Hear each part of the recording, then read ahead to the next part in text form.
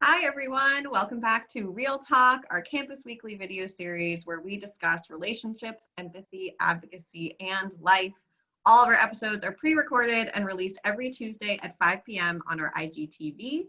And today's episode, we're going to talk about songs that have unhealthy or problematic messaging. And we've kind of done episodes similar to this about movies and TV shows and just kind of generally the media, but we really wanted to focus in on some songs. And since it's the holiday season, we thought we'd ruin the holidays for you talking about one of the most famous songs. So we're going to talk about that towards the end. But there's a lot of songs out there that have harmful messages. There's a lot of artists that use lyrics that are harmful. Even we were making a list, but what just popped into my head too was remembering like there was a song that Beyonce did with Jay-Z where I think it's Drunken Love, where there's a line, I think in Jay-Z's part, where he references Tina Turner and Ike Turner, who, for anyone who's not familiar, that was a very violent, volatile relationship. And he references it as like a joke or something in his lyrics. And it's like, I think Crazy in Love, because it's an older song. Right. Is it?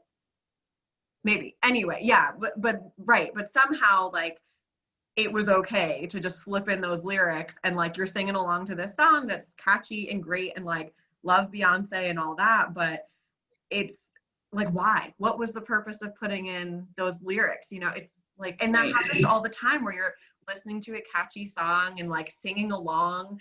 And if you don't think about if the lyrics are going by so quickly, or if it's like a happy pop song, you may not think twice about the lyrics, but they can be really bad.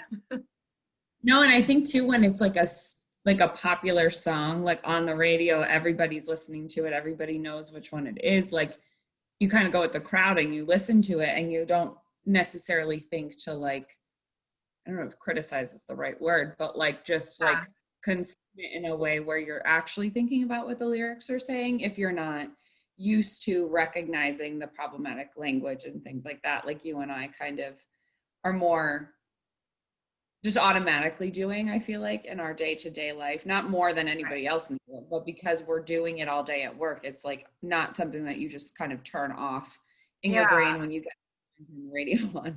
Which is what we talked about with the movies and TV shows too, of like it's hard not to notice it, particularly when you're in this work, but also once you're seeing it, whether it's sexism, racism, homophobia, like all the different kind of forms of oppression that we might see in messages in the media, it's kind of hard not to see it once you've seen it or noticed. But I also think because music, and particularly for someone like me, like I grew up with music, like I grew up playing instruments, like singing has always been a huge part of my life. Like my grandparents were always like involved in music. So music's like in my blood in that it means a lot to me. So when I hear songs, like I connect to them. And I know that's true for a lot of people. Most people who listen to music, it's not just like something on in the background. It's like you listen to songs because it connects to something you're going through, or you're listening to songs because it like shifts your mood in one way or another. So there's a reason we're talking about this in an episode. It's not just because we want to like point fingers, you know, at like artists for being like, shame on you for promoting unhealthy messages, but it's also as the consumers to think about like the songs you're connecting to. Why do you connect to them? Like what messages are you, you know, relating to, and what are the ones that you're absorbing without maybe even realizing in some way? Exactly. Yeah. And I think too, like, when can you take the opportunity to speak up or call something out, like, and educate someone else? If you're listening to a song with someone saying anything like, oh, that was weird, or like, oh, that was kind of problematic, you know, that's a tiny, tiny step, right? Like you're just like understanding and aware. We don't need to like cancel everyone and take everyone off the radio and whatever. Like, we can listen to things and just be like, oh, yeah, maybe that's not the best language or something, and then move on. You know what I mean? Like it doesn't have to be this horrific end of the world, but like instead of kind of sticking our heels into something and being like, I don't understand why people are so sensitive or why they complain about this, this, and that. Like we haven't even kind of mentioned what it might be like for a survivor to hear like a song that is triggering or incredibly problematic. Like that's a Right. whole next level to this conversation. Like just listening to the music as like somebody walking through the world, you're not, it's okay to recognize the problems in things like that and just kind of think about what that means or what that's saying and things like that. Yeah, and because we want to take these issues seriously, and for that exact reason of even if for you to get there to be able to recognize how problematic it is by being empathetic to survivors who might be listening to it. Like that's a great place to start, especially if like tolerating these messages is part of the problem. Like when we talk about the movies and TV shows and things like that, how, oh, my internet is unstable. Did I freeze? Oh, of course, internet. You have frozen, but I can still hear Okay, great. But yeah, I was just saying like you. Technical difficulty. technical difficulties, apologies. Um, we'll have to report this to headquarters. But yeah, so like when we talk about movies and TV shows and we talk about how it is spreading the message that allows these issues to thrive, right? Because we want to take it seriously no matter where we're seeing it or hearing it. And so that goes for music too. Like by minimizing it, if you hear it in a song, you're minimizing people's real experiences. And that brings me to like when we were preparing for this episode, talking about the song Before He Cheats by Carrie Underwood. I am a huge Carrie Underwood fan. I love her. I love her music. She was one of the artists that I like grew up listening to and really connected with. But that song like forever has changed for me because off the bat, like there are problematic lyrics regardless of like how you may understand it. It's just not okay to vandalize someone's property, like even if they've hurt you or like, done something to wrong you. But my experience with that song changed when I was volunteering at a women's center, kind of similar to the one, that we're at. But when I was growing up, I was volunteering at my local one. And going through the training, there was a law enforcement officer who came in to facilitate a part of the training. And he was saying that his experience with that song was forever changed because he had to actually respond to a domestic violence call where there was an instance of a woman who was vandalizing the property of her partner.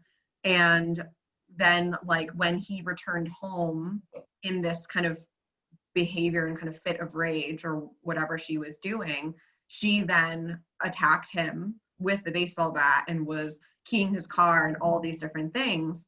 And I think like hearing that story of like a real life example, you okay? Yep, my computer was gonna die. It just told me my battery was running low. I'm like, where are you going? Is my story not interesting? No, it was so interesting that I didn't want it to die in the middle of your story. I'm just kidding. Yeah, but that was jarring for me. Even someone who was like involved in the work and understand the dynamics of domestic violence and everything. He was particularly saying like if those lyrics are about a woman scorned who is, getting after or getting revenge on her ex who cheated on her. And we glorify it and like cheer her on, like, yeah, get back at him. But like if the behaviors were swapped, and let's say it was still a heterosexual relationship and it was a man doing that to his ex-girlfriend or whatever, like I would hope people would not be like condoning of it anyway, but particularly I think people would respond a little differently to that. And that's not okay. Like we should be angry about that no matter who is the perpetrator of that type of violence, and to recognize that yes, that is violence. Like vandalizing someone's property is a form of domestic violence and should never be tolerated. Yeah. Right, exactly. Like I think it's such an interesting thing because that song came out a while ago and it was Yeah. always just one to sing to and like to like really like just belt it out kind of a thing. Right. And then like it's so true when you say it that way, like oh my gosh, every line in that song is like not great. And like it doesn't, someone can you and that sucks and that's not okay either. But like doesn't excuse the behavior, give you a reason to like vandalize someone's property, I think, like that. And I think it's really interesting that you pointed out too, like the double standard that exists, like that if it was a male country singer singing that song, like people probably would have been like, what the heck, like why can he say these things, why can he do those things, like that she doesn't deserve that. And it's like so hard, and it's got to be really hard for male survivors to like hear that song too and be like, well, you know, that's not okay, because they're aware of the double standard that exists and stuff like that. Right, already not being taken seriously. And there's even a song that she just came, or not just came out with, but I think it was either this year or last year, that it's a duet with another country singer, I think. I don't remember the name of it, but it's like, I remember starting to listen to it, was like playing on the radio or playing on Pandora or whatever. And I was like singing, like, you know, bopping along, like, oh, this is a cool song. I like this. I like the, you know, the vibe of this, whatever. And then I was listening to the lyrics and it was like, I hope that it was like, basically the whole message is, what you did to me, you hurt me. I hope that you find someone that loves you and you love, and that like by the end of the night, you're like telling that you want to be with them forever, and then they cheat on you like you did on me. I forget the name of the song, but it's I Hope by Gabby Barnett or Gabby Barrett or whatever her name is. It's not Carrie Underwood.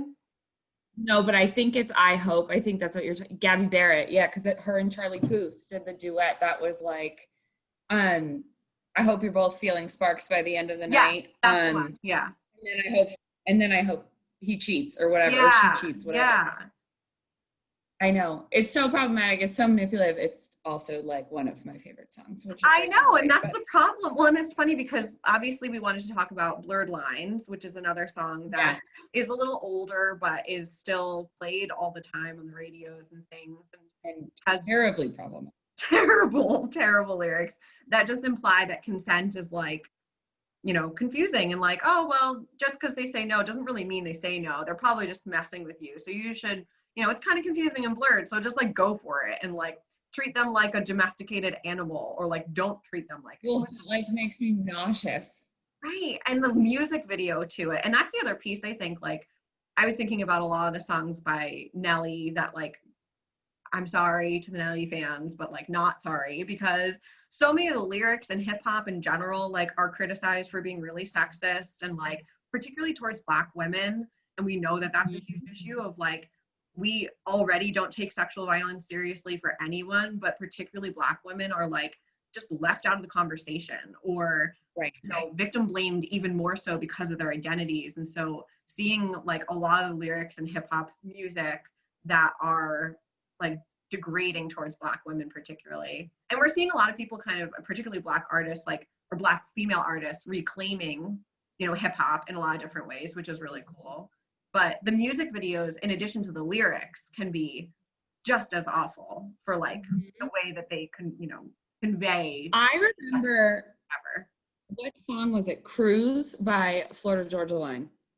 So when that song came out, I loved it. It was so good. And like, it was just a fun, like summer country, like song. Yeah. Oh no, you're going to ruin it for me. I don't know what's wrong with it. Don't watch the music video. Cause like, it's just what you were saying, right? So it's not the song, forgive me, maybe it is problematic. Who the heck knows? I haven't listened to it in a long time, because one time I watched the music video and it was ridiculously objectifying of like these women walking around in these teeny tiny shorts and like nothing on. And I was like, this is not, I don't understand why this, like the song doesn't say this or mean this. So I don't understand why we're throwing just like cameras facing right at women's butts and like things like I'm like, I don't like, it's not necessary for the message, right? Like that's, yeah. And so from that point on, like now I can't listen to that song anymore, but I think so it's interesting in terms of like sometimes the music, the songs and the lyrics are really bad and the music videos are even worse, or can do a good job of like reminding us or teaching us of why the lyrics might be bad, like because they put like a picture to it or whatever. Right. But sometimes just on the music video might just be objectifying because that's what sells, and you're like, wait, but the song isn't. Like I don't understand why we need to do that. And I wonder, sorry, I was going to say, I wonder how many of those music videos are directed by women or marginalized folks, and like what it would look like through the lens of people who are the ones already being objectified or fetishized. Like if they're the ones that are producing, what would that look like versus, you know, people thinking of the people who are in power and the people who are like paying, you know, for all these things or whatever, or getting paid to do these. It's so, yeah, I've always been curious about that because the music industry in general, like we hear from artists all the time about like being forced to, you know, behave a certain or like have a certain image or whatever. Yeah. But yeah, it's just interesting to think about the lyrics that we're consuming. Right. And I think keeping up with the norm too, and what people are expected to do, and like, oh, music videos are expected to be sexy and like this and that and whatever. Right. And I think it can be really hard for the world to hear when like somebody kind of bucks the system or calls out the problematic language or the behavior. And maybe this is a good time to kind of start talking about the like holiday music that we wanted to talk about, because I think that was a more recent thing for me anyway, that people were like, oh, this song is really problematic. And it made a lot of people uncomfortable because it's like a favorite thing, but it doesn't make the song any less problematic just because you're uncomfortable hearing that maybe it's not great. Yeah, and the music video too, or not music video, but it was from a movie, I guess. I am not well versed in these things, but there is a scene in a movie where the song is playing or coming from or whatever, and you're literally watching. For anyone who is not familiar with the song "Baby It's Cold Outside," it's all about. We haven't mentioned it yet. We're talking about Baby It's Cold Outside. Oh yeah, sorry. So yeah, for Baby It's Cold Outside, the lyrics, I'm gonna read some of them in a minute just to give context, but it's all about a woman who is trying to leave a man's house and he's literally not letting her. And then at one point drugs her and they just casually slip that in there. And we sing along to it during the holidays, and kids sing along to it during the holidays. And it's like, huh. So the lyrics, that'll be interesting to kind of read through some of them. So obviously the repetitive kind of lyrics is like, I really can't stay. And his response is, but baby, it's cold outside. So trying to convince her to stay. And then she's saying, you know, my mother will start to worry. My father will be pacing the floor. And he's saying, you know, beautiful, what's your hurry? And listen to the fireplace roar, trying to like say, there's no reasons you should not leave. And then let's see where I can find, here it is, the, you know, drugging her drink. So she says, so really I'd better scurry, but maybe just a half a drink more. And then he says, put some records on while I pour. So she says, the neighbors might think. And then he says, baby, it's bad out there. And she says, say, what's in this drink? And then he just responds, no cabs to be had out there. Like totally just, you know, disregarding the fact that while she's putting the records on that he told her to do because she wants to leave but he won't let her, he slips something in her drink and she notices it. And says, I never even picked up on that piece. Yeah, and then later on, let's see, there's more. Pretty much every lyric is bad, but so she says, I simply must go. He says, baby, it's cold outside. She says, the answer is no. And he says, but baby, it's cold outside. And like when she's trying to say, you know, your welcome has been so nice, da da da. He says like, gosh, your lips look delicious. Like it just gets creepier and creepier and creepier. Yeah. And he's trying to like be like, oh, but just one more drink. Oh, but just one more this. Like, oh, but please. And in the video, in the movie or whatever it is, he's like, she puts on her coat, he takes it off and like runs. And it's like a dance routine, but it's so creepy because she's literally trying to politely say no in the beginning and then tries to be a little bit more firm. And then he drugs her. And then she's trying to be much more firm of saying, no, the answer is no, I'm leaving. And he's still not taking no for an answer. And like how this became one of the most popular holiday songs baffles me. Like, and one of those, I think one of the most popular feel-good holiday songs. Yeah. Like people enjoy singing it. They enjoy like the duet of like, let's go back and forth. Mm-hmm. And I know, I remember, so I think it was last year, something happened.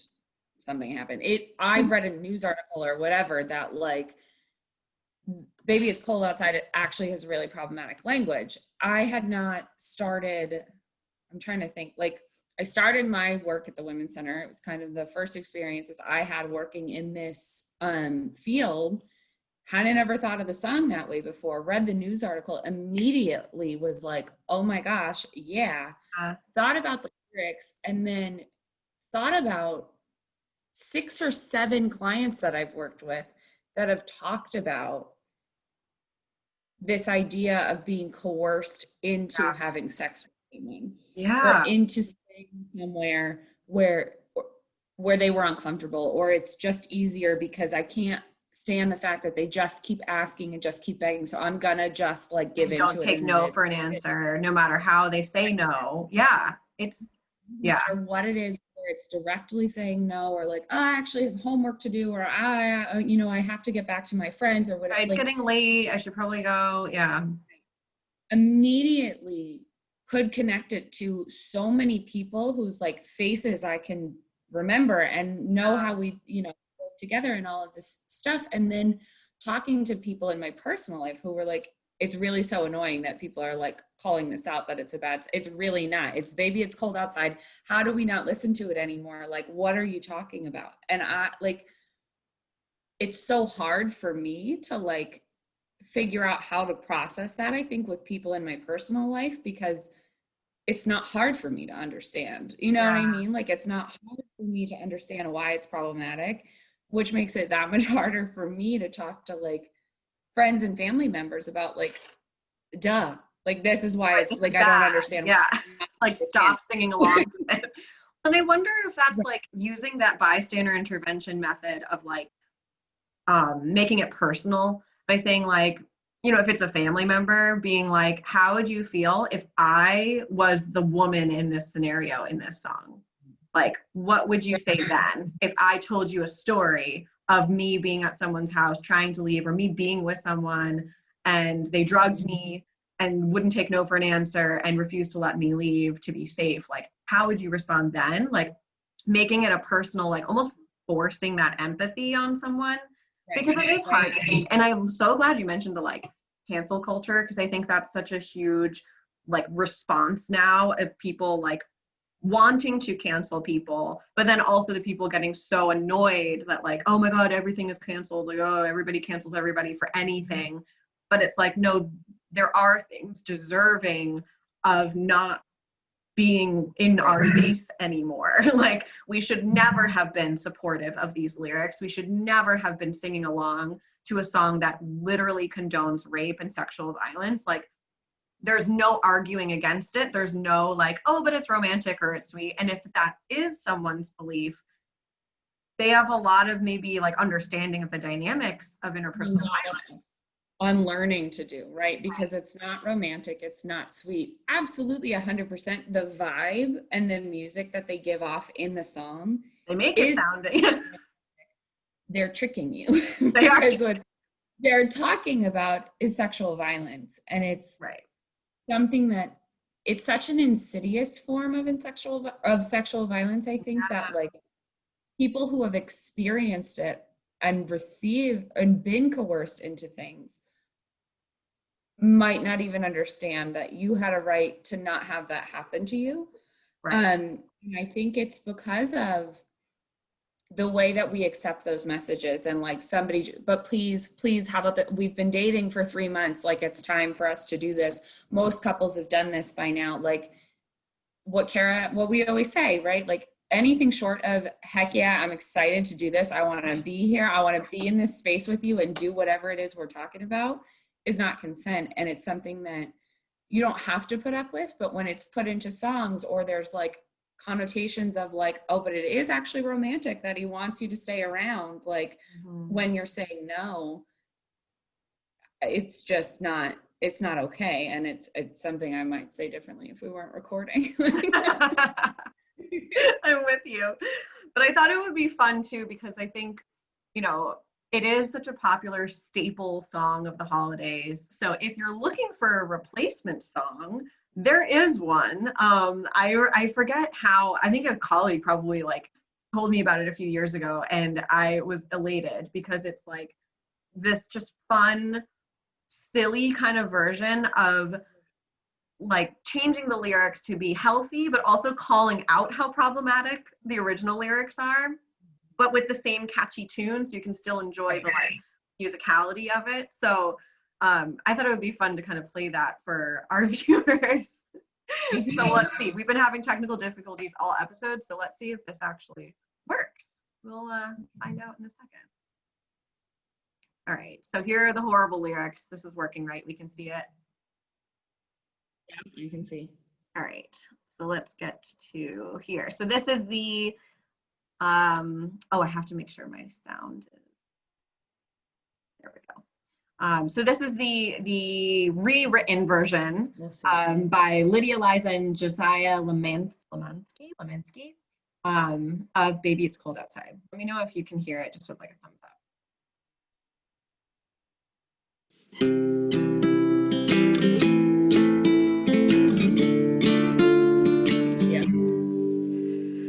I really can't stay. Baby, I'm fine with that.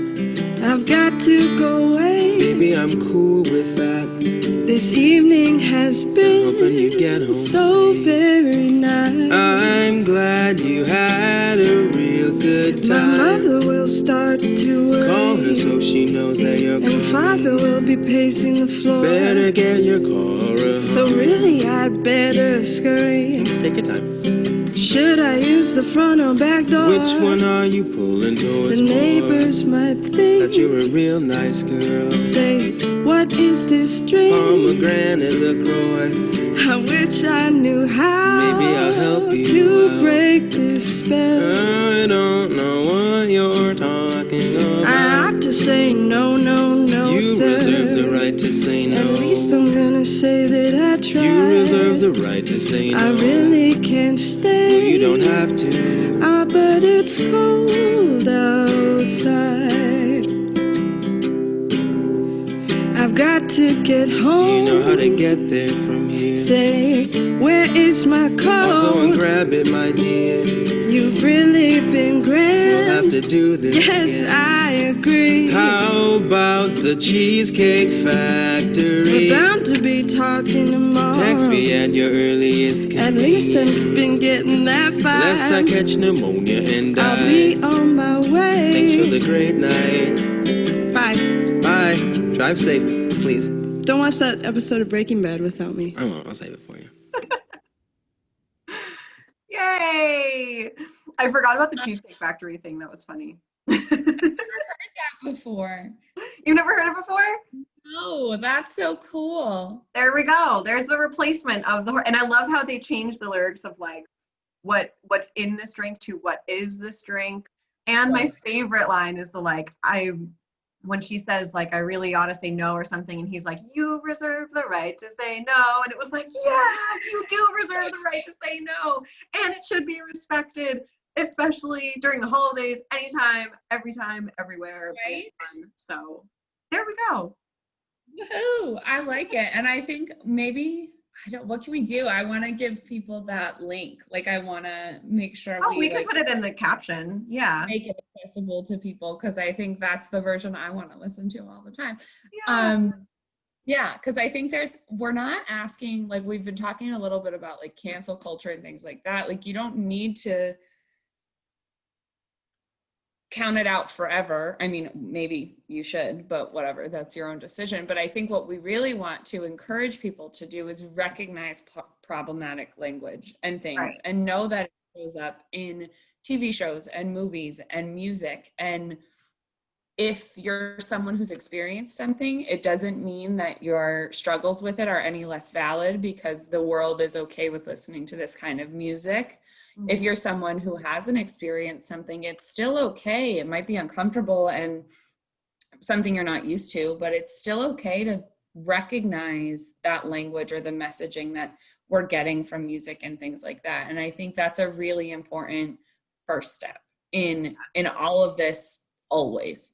Is just kind of noticing, whether we're talking about sexual violence or racism or homophobia or transphobia or whatever it is, just recognizing where that stuff pops up and saying, that's not okay. And then what's your next step from there? And I think everybody's at different pieces of or parts of that journey. And like, that's all right. And I hope people continue to think through that lens and look at things critically when there is problematic messaging and stuff.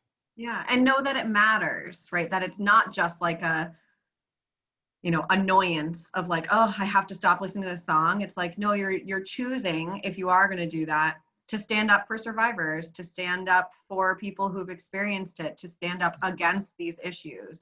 It's not just a meaningless cancel culture, whatever. You're doing it for a purpose, and that purpose is honoring people's real experiences and taking them seriously.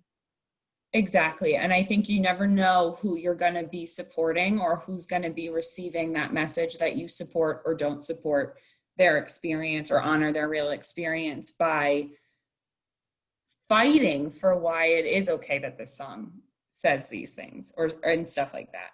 Yeah.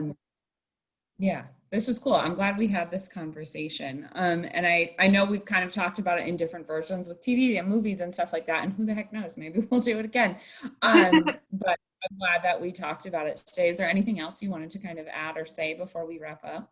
No, just, I say no, but yes. One minor thing is just if we missed any major songs, like obviously we were only talking about a few, but if there are other songs that you are listening to, we've made jokes of how we're old, we're not, but like, I know that I don't always know the newer songs, newer artists, but if there are other ones that you want to share with us, please like drop them in the comments, let us know.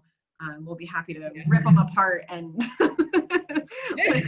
talk about why they're so bad. But yeah, no, please share feedback, thoughts, and thank you for listening. Yeah. Cool. Awesome. So yeah, if you have thoughts, questions, or reactions to what we discussed today, or would like to connect with us for any reason, you can reach us via email or phone. Remember, these episodes are all recorded and will be available to view on IGTV and Facebook. Please share with your friends. Stay tuned for next week's episode. Happy holidays. And thank you so much for joining us. Happy holidays.